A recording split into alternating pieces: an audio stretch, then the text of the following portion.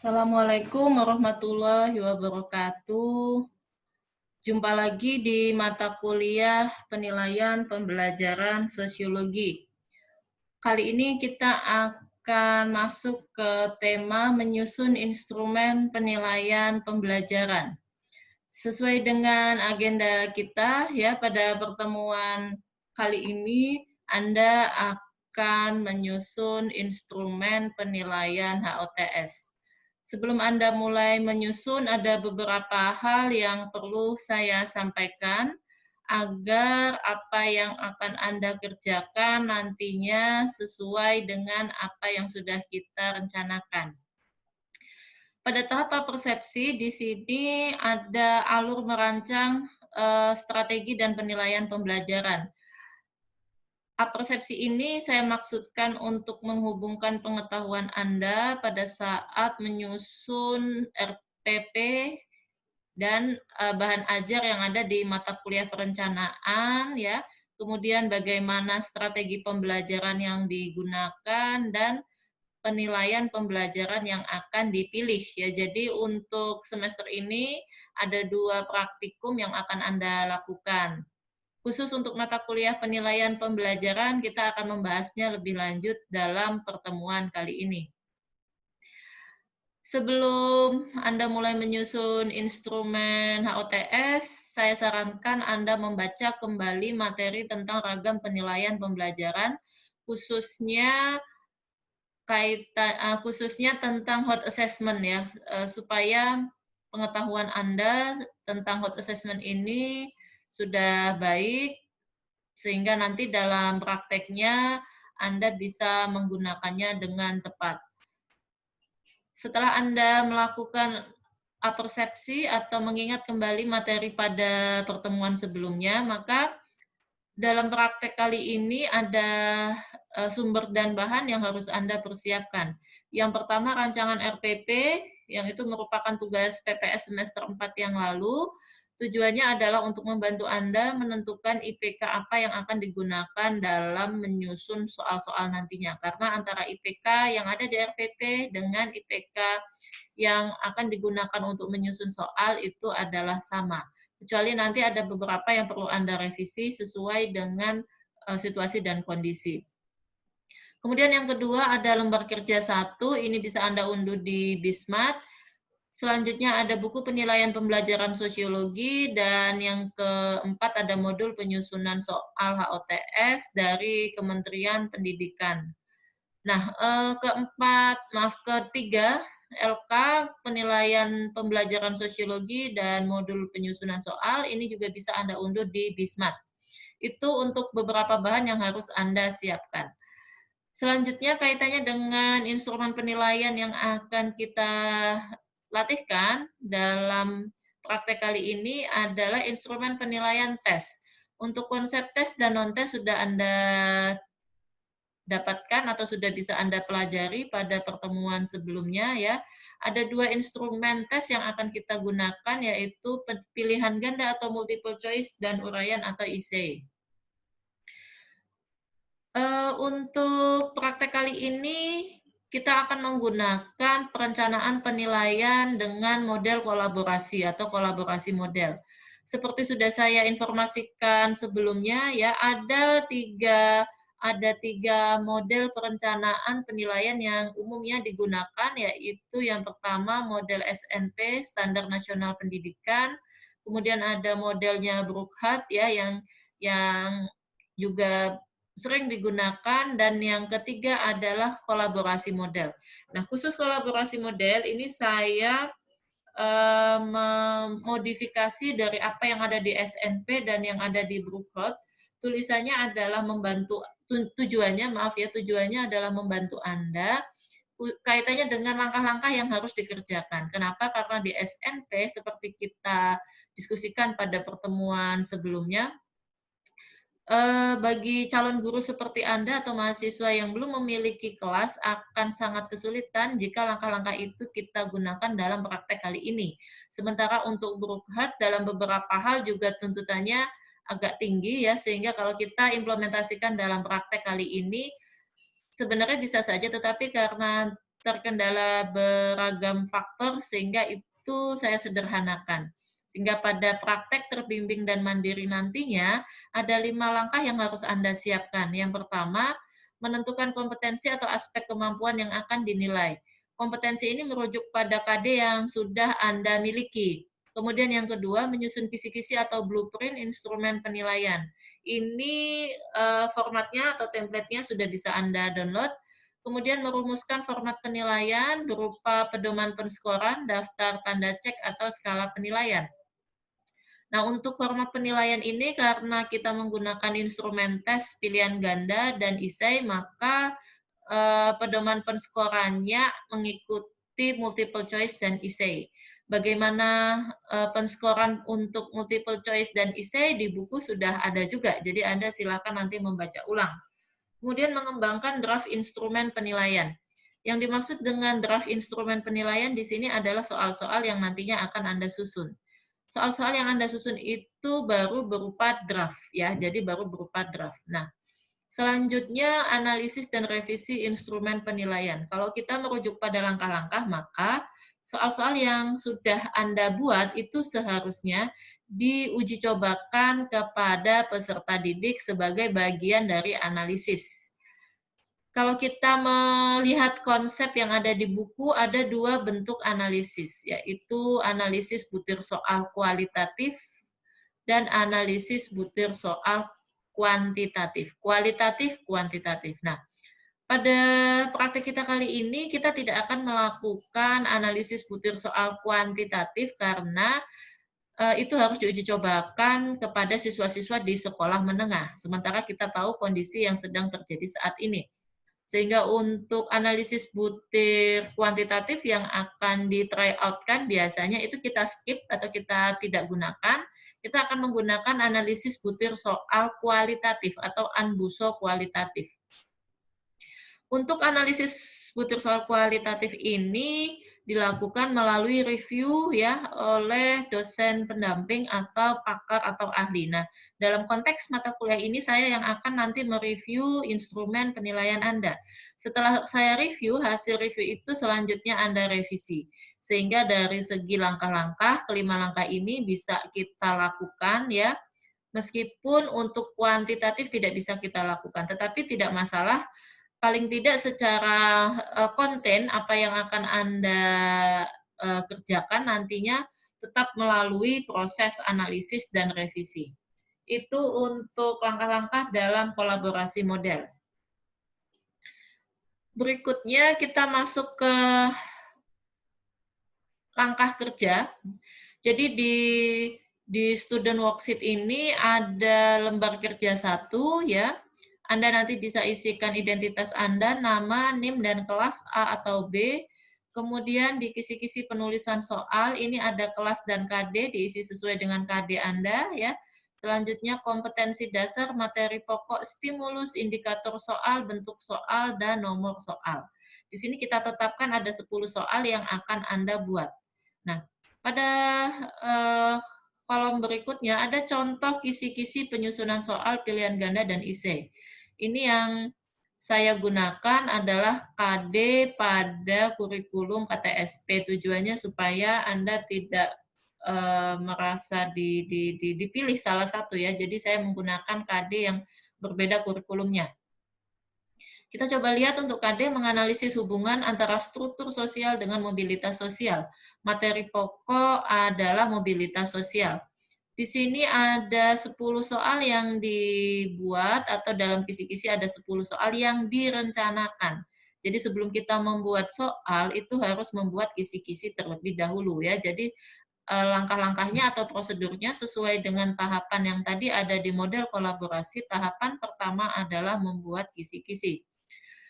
Untuk C1, C2, C3 tidak menggunakan stimulus ya, tidak menggunakan stimulus sehingga di sini stimulus saya kasih tanda strip atau min.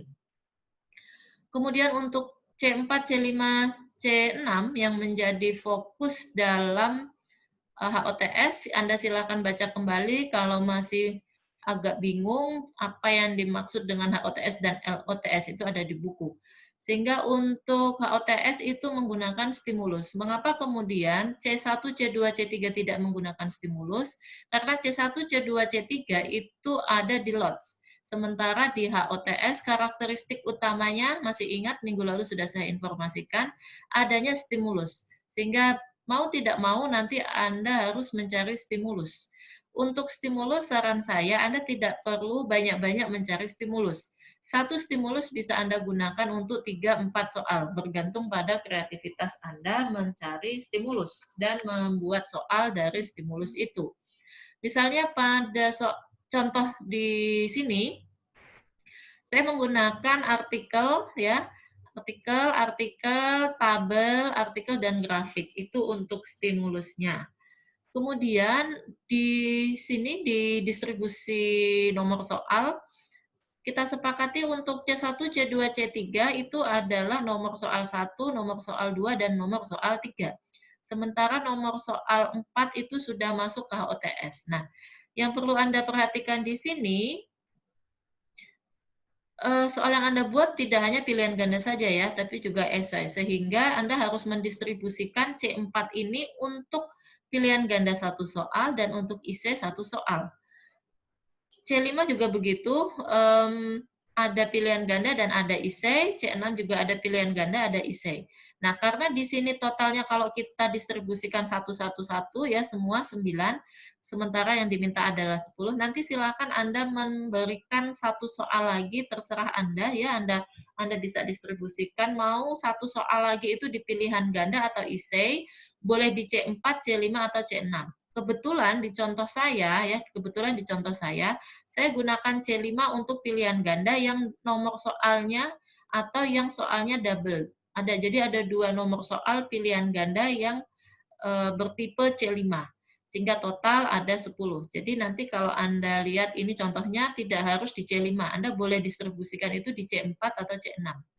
Begitu. Itu untuk kisi-kisi, saya berharap untuk kisi-kisi Anda bisa memahaminya dengan jelas. Untuk contoh lebih lanjut ada di buku. Berikutnya, sebelum kita mulai ke soal, saya ingin mengingatkan dulu untuk KKO, kata kerja operasional untuk LOTS dan HOTS. Ya. Di sini saya hanya mereview kembali apa-apa saja yang masuk ke HOTS dan apa-apa saja yang masuk ke LOTS. Kita coba lihat di beberapa materi mata kuliah perencanaan. Ini Anda bisa buka kembali ya, apa-apa saja yang termasuk C1, C2, C3, C4, C5, C6. Saya tidak akan menjelaskan ulang tentang KKO ini, tapi paling tidak Anda bisa melihat kembali catatan-catatan ini, sehingga ketika nanti Anda membuat soal, kata perintah yang muncul itu sesuai dengan KKO-nya. Nah, kaitan atau linearitas antara IPK dengan kata perintah atau STEAM soal di dalam instrumen itu merujuk pada catatan saya atau review saya pada mata kuliah perencanaan juga. Misalnya di sini pada catatan tentang penentuan dan KKO, penentuan dan penggunaan KKO, di sini saya waktu itu sudah memberikan contoh ya, bagaimana konsistensi penggunaan KKO untuk IPK dan untuk pengukuran. Misalnya, kita tidak akan lihat C1, C2, C3 karena itu tidak ada IC-nya ya. Kita masuk ke C4 langsung misalnya. Di sini IPK Anda yang muncul di RPP, makanya saya minta Anda juga menggunakan RPP. Misalnya di RPP Anda, IPK-nya menganalisis proses interaksi sosial. Maka bunyi soal yang akan muncul di IC Anda adalah analisislah proses interaksi sosial, ya, begitu. Misalnya IPK Anda menguraikan terjadinya proses, maka soal IC Anda kata subjek pertama adalah uraikanlah. Jadi Anda bisa mengamati contoh-contoh ini, evaluasilah, merekomendasikan apa saja rekomendasi atau rekomendasikanlah, rancanglah, rencanakanlah, begitu. Itu untuk konsistensi antara IPK dengan STEAM soal atau pokok soal yang harus Anda perhatikan. Itu jadi saya kembali ke sini ya, jadi Anda harus mengingat kembali tentang KKO. Berikutnya saya juga mengingatkan Anda tentang keselarasan konstruksi atau konstruktif alignment ya. Misalnya di sini untuk C1 ya, C1 remembering, mengingat, maka ada beberapa kata kerja yang bisa dipilih, apa saja kata kerjanya, apa saja metode instruksional yang bisa digunakan. Kalau yang instructional methods ini lebih ke mata kuliah strategi, sementara yang assessment methods ini di mata kuliah ini. Misalnya, untuk remembering C1, kita bisa menggunakan bentuk soal MCQS, multiple choice questions, atau pilihan ganda. Itu yang akan kita praktekkan. Jadi untuk versi lengkapnya silahkan Anda baca ulang di lampiran buku penilaian pembelajaran sosiologi. Saya hanya ingin mengingatkan Anda kembali, jadi ada constructive alignment atau keselarasan konstruksi kaitannya dengan level KKO, metode pembelajaran, dan teknik penilaian. Jadi kita tidak bisa asal-asalan saja menentukan teknik penilaiannya apa tanpa merujuk pada level dan KKO yang digunakan. Berikutnya saya masuk ke stimulus ya. Di stimulus sesuai dengan konsepnya ada beberapa stimulus yang bisa digunakan. Mulai dari tabel, grafik atau bagan, artikel, gambar atau foto, dan video atau film. Khusus untuk praktikum kali ini kita tidak akan menggunakan video atau film karena soal-soal yang akan Anda susun tidak CBT, tidak berbasis komputer based test. Sementara video atau film ini biasanya embedded ke soal yang ditampilkan secara daring atau melalui aplikasi. Sementara yang akan kita latihkan ini, kita tidak menggunakan aplikasi dulu karena kita fokus pada kontennya. Jadi kalau besok atau Anda punya request misalnya nih, Bu, soal-soal yang kita buat di-upload dong di aplikasi ya. Anda nanti bisa kerjakan itu secara mandiri, saya yakin Anda bisa. Ada beberapa aplikasi yang bisa dipakai, yang paling sering digunakan adalah Quizzes. Ya, dan yang lain kalau misalnya Anda memang tertarik di bidang penilaian berbasis aplikasi, Anda bisa lanjut ya nanti di S2 ya, Anda bisa ambil jurusan PEP, penilaian dan evaluasi pendidikan. Kenapa tidak saya bahas lebih lanjut di mata kuliah ini? Karena di sini fokus kita adalah memberikan overview ya, intinya. Sementara kalau Anda ingin perdalami itu lebih lanjut, Anda bisa ambil di PPG. Kenapa? Karena tidak semua di antara Anda akan menjadi guru. Akan ada banyak profesi yang bisa Anda pilih ya, sehingga saya tidak akan begitu detail menjelaskan penilaian berbasis aplikasi. Tapi kalau Anda menginginkan, Anda bisa belajar secara mandiri, atau itu bisa Anda jadikan untuk ide menyusun skripsi Anda. Kalau ada yang skripsinya berbasis penilaian berbasis aplikasi, itu pasti akan dibimbing. Itu ya kenapa kemudian di penilaian ini kita belum berbasis aplikasi. Jadi kita lebih pada pemahaman konseptualnya dulu. Jadi kalau konsepnya Anda sudah dapat dengan baik, kemudian Anda ingin mengembangkan ke aplikasi, itu gampang, mudah. Karena di aplikasi itu hanya tinggal upload-upload. Tapi kalau Anda tidak tahu isinya apa yang akan di-upload, nah itu yang nanti saya khawatir Anda hanya mengandalkan teknologi saja tanpa melihat kepentingannya itu apa. Itu ya, jadi di sini kita tidak menggunakan video atau film. Saya kembali ke materi kita. Selanjutnya, ada beberapa contoh stimulus yang saya gunakan di dalam buku, ya, mulai dari artikel, grafik, tabel, gambar, dan video. Nah, untuk artikel, untuk stimulus yang berbentuk artikel, nanti Anda bisa mengedit kalau artikel itu terlalu panjang. Misalnya di contoh saya tidak mengedit itu, tapi saya mengambil atau saya memfoto koran, kemudian saya munculkan di sini. Kenapa? Karena informasi pada bagian awal itu sudah bisa memandu saya menyusun soal dan opsi-opsi serta distructure atau pengecoh. Ya, jadi nanti kalau Anda ada yang mengambil artikel, kalau artikelnya terlalu panjang, Anda bisa ambil inti-intinya, Anda cut mana yang sesuai dengan materi yang ada di KD Anda. Jadi tidak semuanya itu Anda munculkan. Kemudian yang kedua grafik. Ya, di grafik ini pun juga sama. Pilihlah grafik yang bisa membantu Anda menyusun soal dan opsi jawaban serta di struktur. Begitupun juga dengan tabel, gambar ya. Begitu yang artinya stimulus-stimulus itu yang bisa memandu Anda lah. Kalau misalnya stimulus itu tidak bisa memandu Anda, jangan dipilih. Jadi pilihlah stimulus yang bisa memandu Anda. Berikutnya untuk contoh soal pilihan ganda. Di sini stimulus yang digunakan adalah artikel. Anda bisa lihat di dalam kutipan, bukan kutipan, potongan koran ini tentang sarjana nuklir berjualan es krim.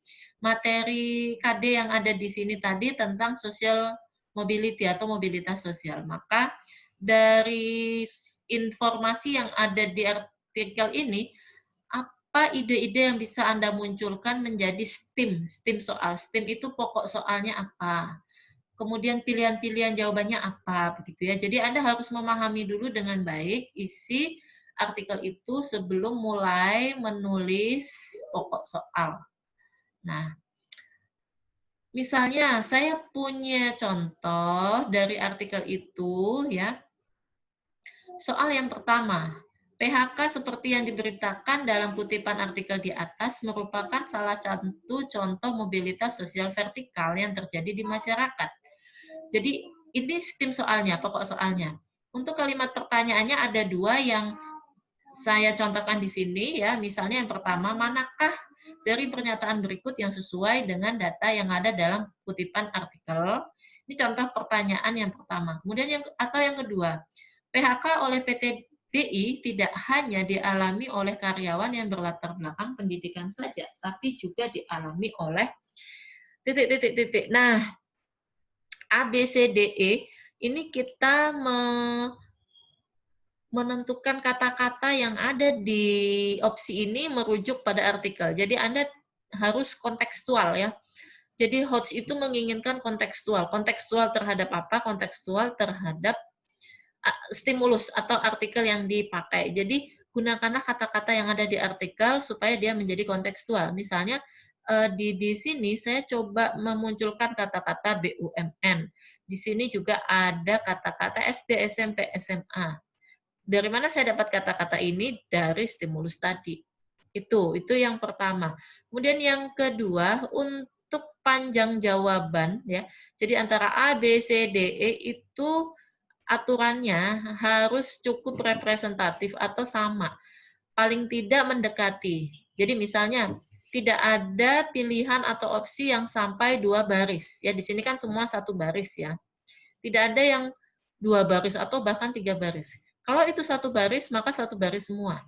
Kalau itu 2 baris, maka 2 baris semua. Tujuannya adalah untuk memandu testi atau yang menjawab testi itu tidak condong ke jawaban-jawaban tertentu, begitu ya. Kemudian untuk soal HOTS itu tidak hanya pokok soal STEM-nya saja yang HOTS, tapi juga jawabannya harus HOTS. Salah satu ciri jawaban HOTS adalah jawaban yang atau opsi yang mengajak siswa untuk berpikir critical thinking ya atau problem solving. Jadi bukan jawaban yang hanya satu kata saja. Misalnya di sini kalau kita buat, ini soalnya sudah HOTS, tapi kalau misalnya Anda buat tetapi juga dialami oleh A, semua orang, B, karyawan tertentu, C, siapapun, D, itu kan jawaban-jawabannya belum HOTS. Ya, itu baru soalnya saja, jawabannya belum. Sehingga di sini Anda harus memikirkan jawaban dan pertanyaan yang sama-sama mengajak siswa untuk berpikir problem solving. Itu untuk soal nomor 1. Selanjutnya soal nomor 2. Nah, saya coba membuat variasi bahwa di social science kita juga bisa membuat soal-soal HOTS dengan ragam bentuk. Misalnya di sini saya coba memberikan contoh opsi dalam bentuk grafik. Nah, Grafik yang paling tepat menunjukkan pola atau bentuk mobilitas sosial yang terjadi sesuai dengan keadaan yang dialami oleh karyawan, ditunjukkan oleh grafik yang mana. Ya, jadi Anda sebagai pembuat soal harus memahami dulu konten yang ada di artikel itu. Kalau Anda tidak bisa memahami dengan baik, maka Anda tidak akan bisa membuat soal dan opsi dengan tepat. Itu dari segi pembuat soalnya. Sekarang kita bicarakan dari segi yang menjawab atau testi.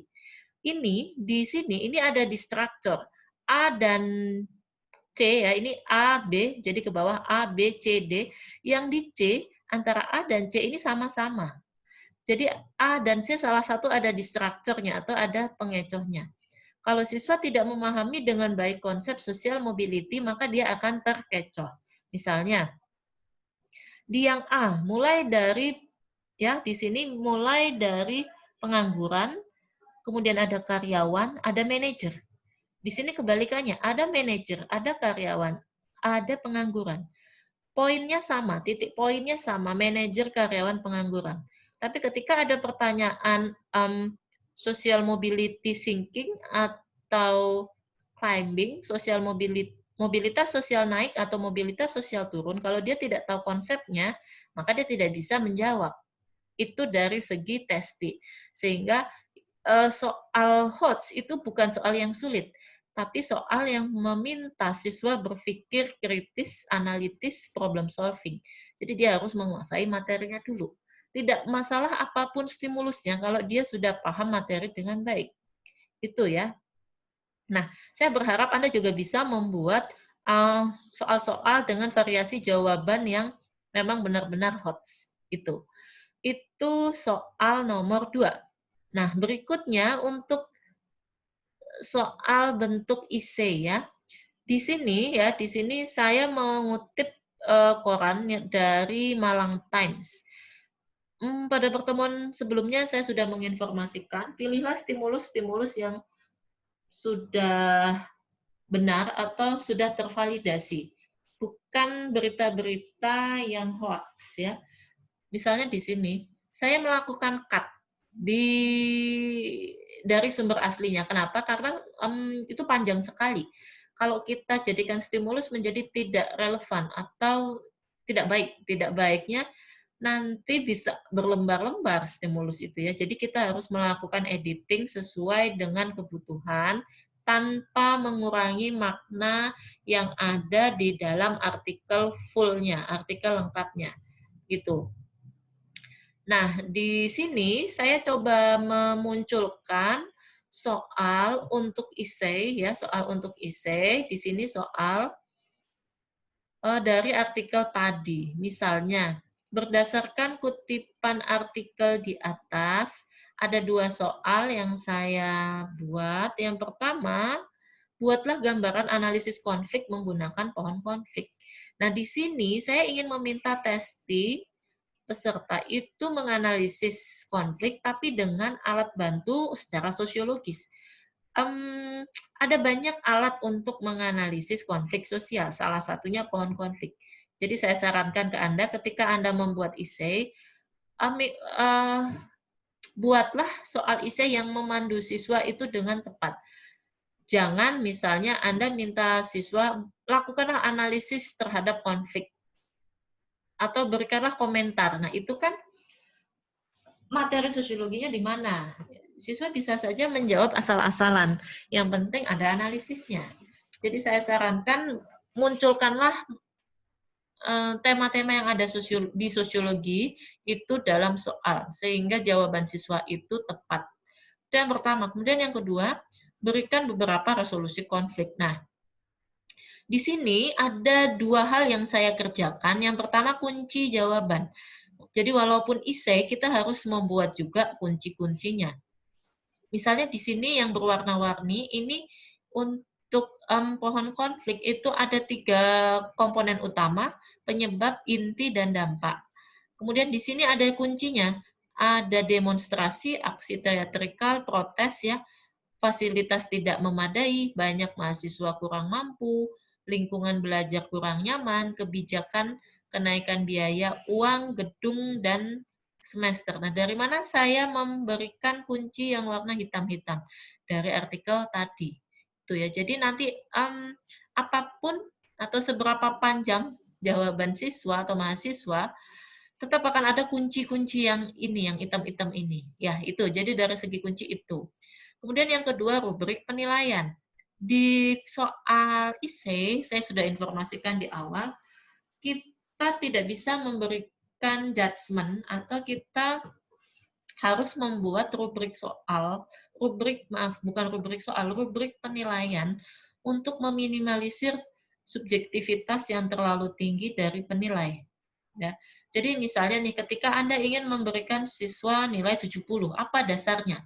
Kita tidak bisa memberikan jawaban, oh 70 misalnya, karena jawabannya hanya setengah halaman, atau tulisannya tidak begitu bagus, atau tulisannya tidak terbaca. Itu bukan alasan akademis atau bukan alasan logis ya. Jadi di dalam penilaian ada aturan mainnya. Misalnya di sini kita akan memberikan nilai siswa 80. 80 itu ada di rank, ada di rentang 85 sampai 90. Kita akan memberikan nilai 85 misalnya, jika apa ya. Misalnya untuk jawaban nomor 1, jika jawaban berisi analisis konflik menggunakan pohon konflik yang memuat penyebab konflik, inti masalah dan dampak konflik ya. Jadi kita akan memberikan nilai antara 85 sampai 90 itu kalau ada syarat-syarat ini. Nah, untuk menentukan dia ada di 85, 86, 87, 88, atau 90 itu dari mana? Dari lengkap atau tidaknya analisis itu. Misalnya nih, di analisisnya dia menyebutkan penyebab konflik itu dengan lengkap. Nah, di sini itu ada tiga penyebab. Fasilitas, banyaknya mahasiswa kurang mampu, dan lingkungan belajar. Jika dia misalnya bisa menjawab 3, berarti maksimal, Anda bisa berikan nilai 90.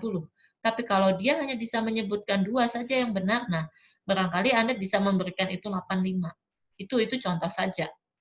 Kemudian yang soal nomor 2, jika jawaban berisi 4-5 resolusi yang dapat dilakukan. Itu Anda bisa nilai maksimal 90, tapi kalau hanya 4, Anda bisa kasih 85. Nah, di sini ini pun kita sudah melakukan subjektivitas antara 85 sampai 90. Nah, untuk mengetahui 85 sampai 90 ini tentunya kita harus membaca dulu jawaban siswa, gitu ya. Sampai dengan yang paling akhir. Jika misalnya analisis konflik itu tidak menggunakan pohon konflik, misalnya dia melakukan analisis konflik sosial secara umum, padahal yang diminta melalui pohon konflik. Nah, kita bisa memberikan nilai misalnya 60. Ini kan nilainya di bawah 67. Kenapa ya? Karena dia tidak melakukan apa yang diminta oleh pertanyaan. Nggak ada pohon konfliknya. Kita bisa kasih nilai dia 60 atau bahkan 50. Kemudian yang kedua, jika jawaban tidak memberikan resolusi. Dia menjawab soal nomor 2, tetapi di dalam kalimat atau jawabannya itu tidak ada yang mengandung resolusi. Itu. Sehingga judgement Anda memberikan nilai 70, 75, 80 itu ada ya. Itu untuk soal IC. Berikutnya,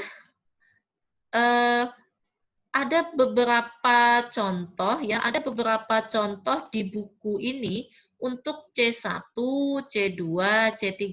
Anda bisa pelajari itu secara mandiri ya, karena yang ada di buku itu sudah lengkap gitu. Nah, saya rasa untuk penjelasan singkat mengenai PowerPoint, praktek penyusunan instrumen, sudah cukup. Nanti kita bisa lanjutkan melalui diskusi tanya jawab Bismat ya, di Bismat. Anda bisa bertanya beberapa hal kaitannya dengan praktek penyusunan instrumen HOTS. Tetapi paling tidak ada beberapa penjelasan saya tadi yang itu memang tidak ada di kedua buku ini. Sehingga biasanya mahasiswa memang meminta tambahan penjelasan agar apa yang dikerjakan nantinya sesuai dengan instruksi gitu ya. Oke, sampai di sini Selamat bekerja semuanya. Jika ada hal-hal yang perlu ditanyakan, Anda bisa gunakan fasilitas forum diskusi. Selamat bekerja dan tetap semangat walaupun kita komunikasinya melalui web meeting ya, melalui Bismat. Oke, sekian, terima kasih. Wassalamualaikum warahmatullahi wabarakatuh.